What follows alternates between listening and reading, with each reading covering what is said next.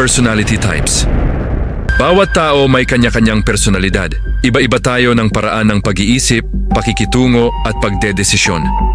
Narito ang ilang karaniwang personality types. 1. Ang leader type, natural na pinuno. Kumpiyansa, decisive at mahilig mag-take ng control. Sila ang madalas nauuna sa grupo.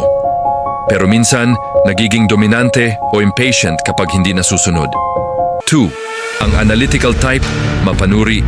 Mahilig sa detalye at facts. Hindi basta-basta nagpapadala sa emosyon. Pero maaaring maging overthinker at sobrang kritikal. 3. Ang empath type, maunawain. Mataas ang emotional intelligence. Madaling makaramdam ng emosyon ng iba, pero dahil dito, madali rin silang maubos o maabuso. 4. Ang adventurer type, risk taker. Mahilig sa bagong karanasan.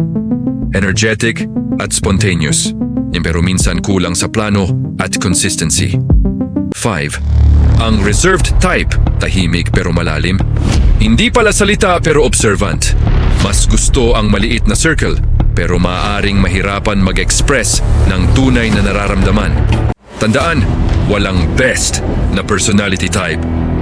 Ang mahalaga ay kilala mo ang sarili mo. Kapag alam mo ang personality mo, mas madali mong maintindihan ang reaksyon mo sa stress, sa relasyon at sa mga desisyon sa buhay. Dahil ang tunay na growth nagsisimula sa self-awareness.